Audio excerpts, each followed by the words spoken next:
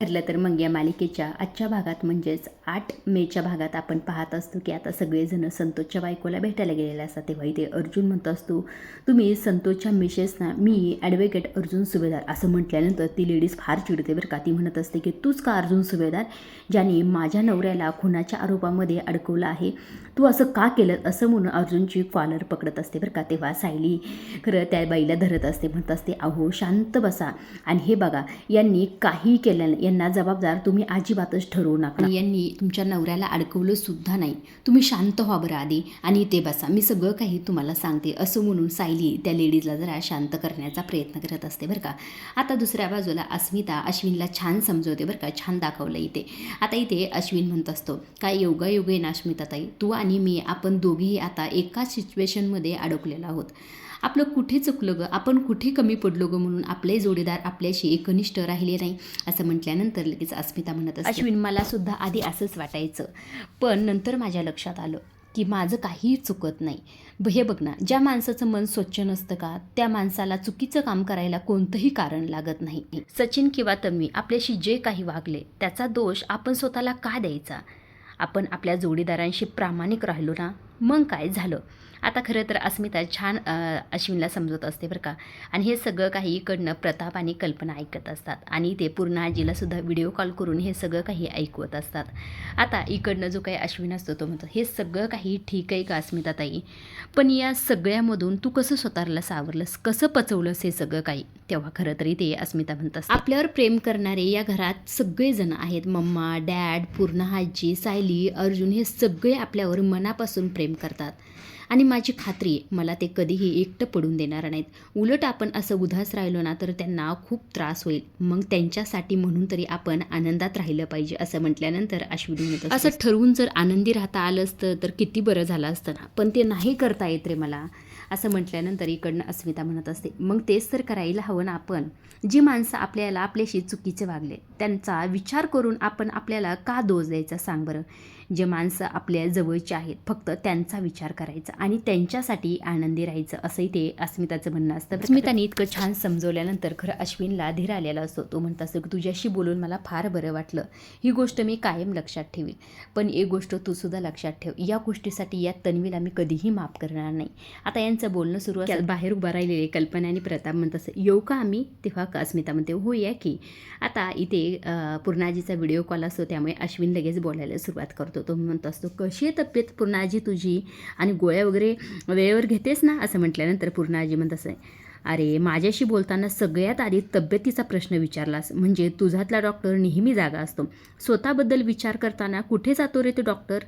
तेव्हा इथे अश्विन म्हणतो, म्हणजे काय म्हणतेस, मी सगळं ऐकलं, स्वतःची तब्येत जप, फक्त शारीरिक नाही तर मानसिक तब्येतसुद्धा जप. कळतंय का मी काय म्हणते. तेव्हा इथे अश्विन म्हणतो, हो कळतंय आम्हाला.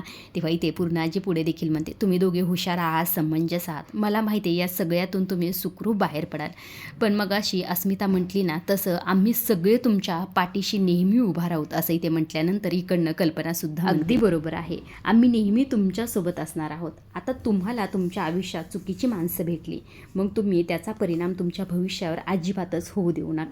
तेव्हा इकडनं प्रतापसुद्धा म्हणत असतात बरं का, सुभेदार घरावर कितीही संकट येऊ दे, कुणाचीही वाकडी नजर पडू दे, पण आपण सगळे एकत्र होतो आणि एकत्रच राहणार असंही ते प्रतापने अश्विन आणि त्याचबरोबर अस्मिताला सांगितलेलं असतं बरं का. यांचं बोलणं आता सुरू असतं बरं का कंटिन्यू पूर्ण आजीला. दुसऱ्या बाजूला दाखवण्यात आलेलं असतं संतोषची बायको चिडलेली असते, त्यामुळे खरं इथे चैतन्य म्हणतं, हे बघा ताई, या सगळ्या प्रकरणात तुमचा नवरा संतोष निर्दोष आहेच, पण अर्जुनसुद्धा निर्दोषच आहे, या दोघांनी सुद्धा खून नाही केलेला. तेव्हा ती लेडीज म्हणत असते, मग कोण करणार सांगा, माझ्या नवऱ्याला खून स्वतःवर घ्यायला कुणी भाग पाडलं सांगा, यांनीच पाडलं ना असं म्हटल्यानंतर अर्जुन म्हणत असतं, एक मिनिट ताई, तुम्ही शांत व्हा आणि माझं आधी ऐका, मी खरं तर काहीही केलेलं नाही. जेव्हा संतोष कोर्टात म्हटला की मी खून केला तेव्हा मला सुद्धा धक्काच बसला होता.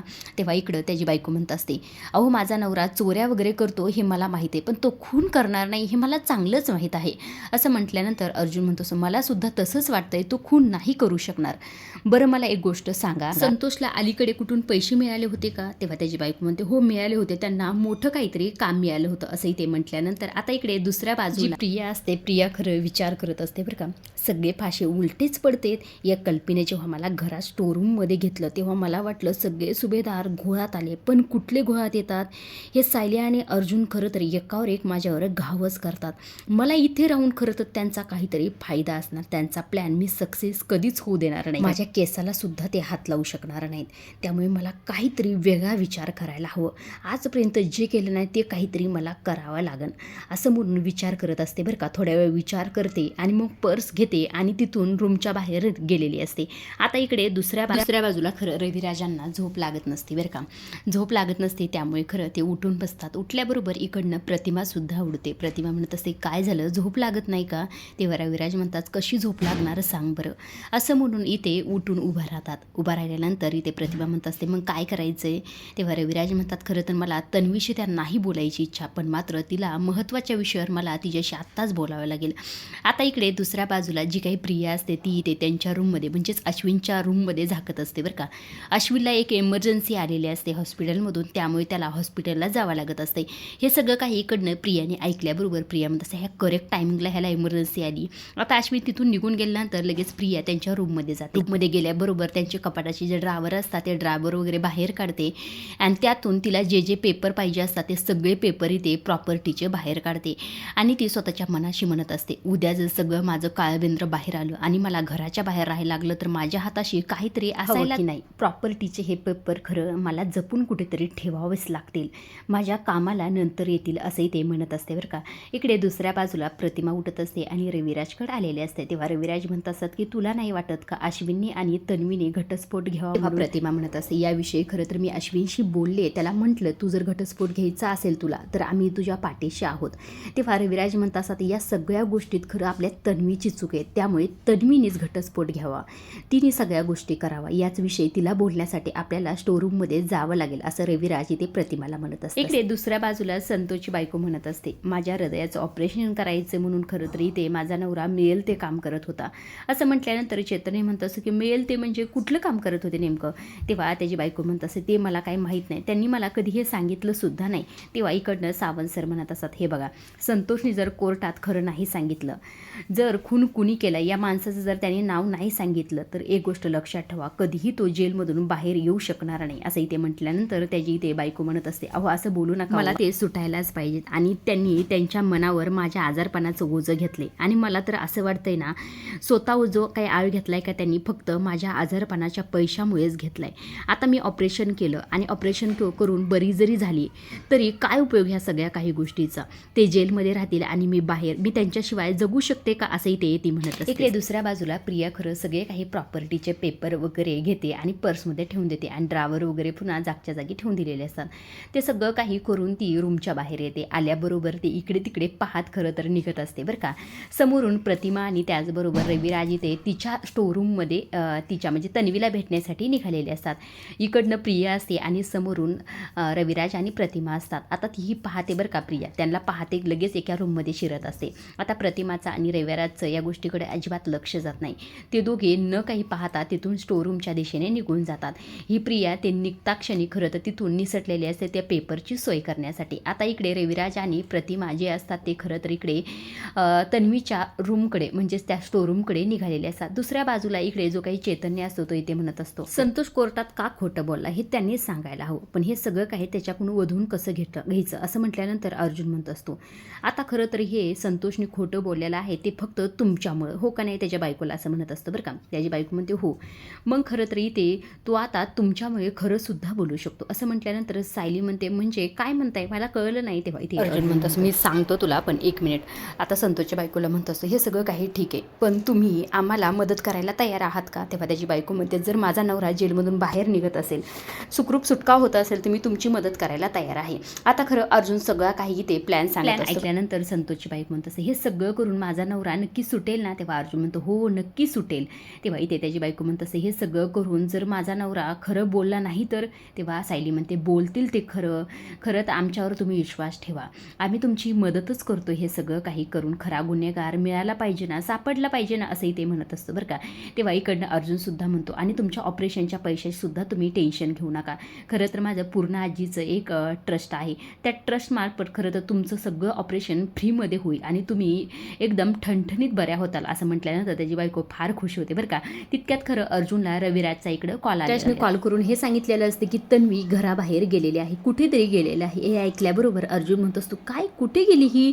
बरं ठीक आहे, आम्ही आता संतोषच्या बायकोकडे आलेलो आहोत, आमचं इथलं काम झालं की आम्ही लगेच निघतो असं म्हटल्यानंतर रविराज म्हणत असतात की अरे अर्जुन तुझं तू काम कर, मी आहे ना, मी तिचा पाठलाग करतो आणि तिला मी शोधतो असं म्हटल्यानंतर अर्जुन म्हणतो बरं ठीक आहे चालेल, तुम्ही तिच्यावर लक्ष ठेवा आणि आम्ही तोपर्यंत येतोच असं म्हणून फोन ठेवला जातो. आता इकडे जी काही सायली असते ती म्हणत असते मला नाही वाटत ही प्रिया रविराज काकाच्या हाताला लागेल, आपल्याला जावं लागेल असंही ते सायली म्हटल्याबरोबर सावंत सर म्हणत असतात हो ठीक आहे, तुम्ही तिकडं काम बघा, आम्ही ही विचारपूस सगळं काही करतो. आता सायली आणि अर्जुन तिथून निघून जातात आणि चैतन्य आणि सावंत सर खरंही ते संतोषच्या बायकोला बाकी विचारपूसी ते करत. आता इकडे दुसऱ्या बाजूला प्रिया जी असते ती पेपर वगैरे प्रॉपर्टी जी घेऊन एका शेतात आलेली असते. शेतात आल्याबरोबर ती म्हणत असते ही योग्य जागा आहे, इथं जर मी लपवलं ना कुणालाही कळणार नाही की मी हे पेपर कुठे लपवलेत असं म्हणून खरं तर एका कुदळीने तिथे खड्डा खोदते बरं का. खड्डा वगैरे खोदल्यानंतर ती खरं ते पेपर सगळे असतात प्रॉपर्टी त्या खड्ड्यात टाकते आणि खड्ड्यात टाकून ते पूर्णपणे पुन्हा बंद करून ठेवते. हे सगळं काही ती करत असते तेव्हा खरं तर इकडनं कृष्णाने हे सगळं काही बघितलेलं असतं. हे कोण आहे असं म्हणून तिच्याकडे चमकते बरं का लाईट. तेव्हा तिला कळतं की ही तर प्रिया, आणि ही प्रिया इतक्या रात्रीचं माझ्या शेतात काय करते, हे सगळं काही मला सायलीला सांगायलाच हवं, काहीतरी गडबड आहे असं म्हणून कृष्णा खरं तरी ते सायलीला फोन केल्याबरोबर ते सायली म्हणत असे कृष्णा काय झालं, इतक्या रात्रीचा का फोन केलास? तेव्हा कृष्णा म्हणतो अगं गडबडच तेवढी, ही प्रिया माझ्या शेतातून आता पळताना दिसली ग, म्हणजे काहीतरी करीत होती. तेव्हा इकडं सायली म्हणते हे तरी वेगळंच आहे काहीतरी, तिच्यावर लक्ष ठेव बरं. तेव्हा इकडनं कृष्णा म्हणत असते हो अगं लक्ष ठेवणारच, कृष्णाच्या शेतात कोणी यायचं आणि तसंच पळून जायचं असं कधीही होणार नाही, आता बघ मी तिची कशी फजिती करते, फोन चालूच ठेव असं म्हणून आता इथे कृष्णा प्रियाला शोधायला जातो. कृष्णा इथे प्रियाला शोधत असते तर प्रिया खरंच समोरून आलेली असते बरं का. आता लगेच कृष्णा म्हणत असते सायली मी तुला नंतर फोन करते, आता तिची कशी फजिती केली हे तुला मी नंतर सांगते, थांब मला प्रिया आता मिळाली असं म्हणून फोन ठेवते आणि प्रियाच्या दिशेने जाते. प्रियाकडे गेल्याबरोबर इथे कृष्णा म्हणत असं अगं काय ग प्रिया, आणि तू इथे काय अडकलीस, इतक्या रात्रीचं काय करतेस माझ्या शेतात असं म्हटल्यानंतर प्रिया म्हणत अगं काय आहे ना, खरं तर माझी मैत्रीण इथे राहत होती आणि मला उशीर झाला गं, काळोख झाला आणि मग रस्त्यावरनं जात होते तेव्हा काहीतरी पोरं माझ्या मागे लागले गं आणि मग मी धावत धावत इथं येऊन अडकले, काय करू असं म्हटल्यानंतर इकडनं कृष्णा का असं झालं का बाई, खरंच ना किती परेशानी झाली ना म्हणजे तुझी प्रिया, असे उद्योग कशाला करायचे तू असं म्हटल्यानंतर प्रिया म्हणते अगं काय करू सांग बरं, मला बाहेर काढ की इथून असं म्हटल्यानंतर आता कृष्णा तिची चांगलीच फजिती करते बरं का. आता कृष्णा नेमकं तिची कशी फजिती करते याचा शॉर्ट व्हिडिओ मी अपलोड केलेला आहे, तो नक्की एकदा पहा. आजच्या पुरतं एवढंच. अशा डेली मालिकेच्या अपडेट जर तुम्हाला जाणून घ्यायला आवडत असतील तर आपल्या चॅनलला जरूर सबस्क्राईब करा आणि तोपर्यंत पाहत राहा ठरलं तर. मग धन्यवाद.